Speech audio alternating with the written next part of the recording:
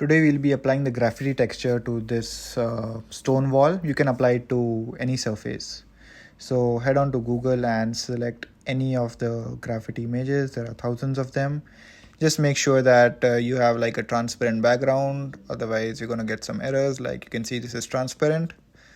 Once you have your image, select whatever you want, download it, and I've already downloaded it, so I'll go ahead and open it. Go to images and select image as mesh plane.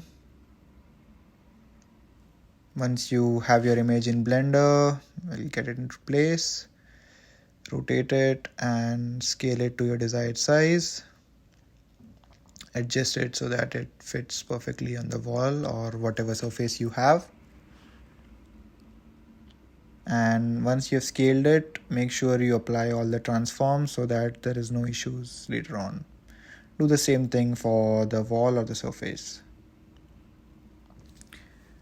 Now we select the graffiti that we have, go into the edit, and let's subdivide this.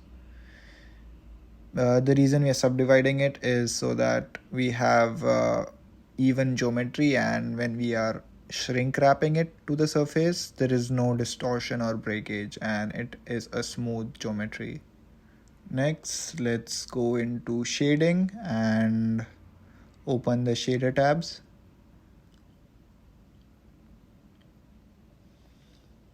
Select the material for the wall that you have and just copy the normal maps. This is so that we have all the normal detail of the textures, and just copy these normal maps and paste it into the material of the graffiti.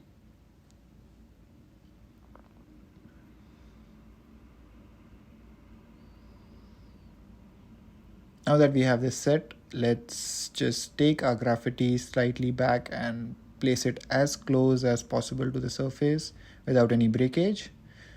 You can see this is close enough.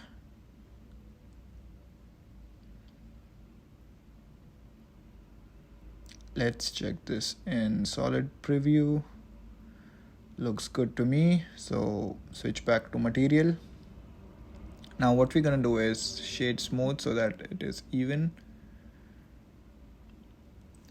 Next, let's add a shrink wrap modifier to this. Select your target surface as the wall or whatever background you want to put it on, and we are set, but you can see that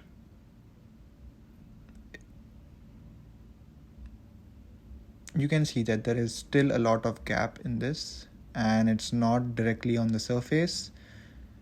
There is quite a lot of gap between the graffiti and the surface. Let's go to our shrink wrap modifier and change the nearest surface point to target normal project,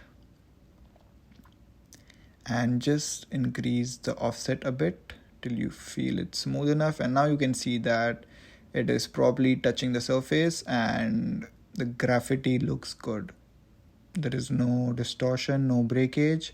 Once you feel everything is perfect, just right click and shade it to auto smooth, and there you have your graffiti.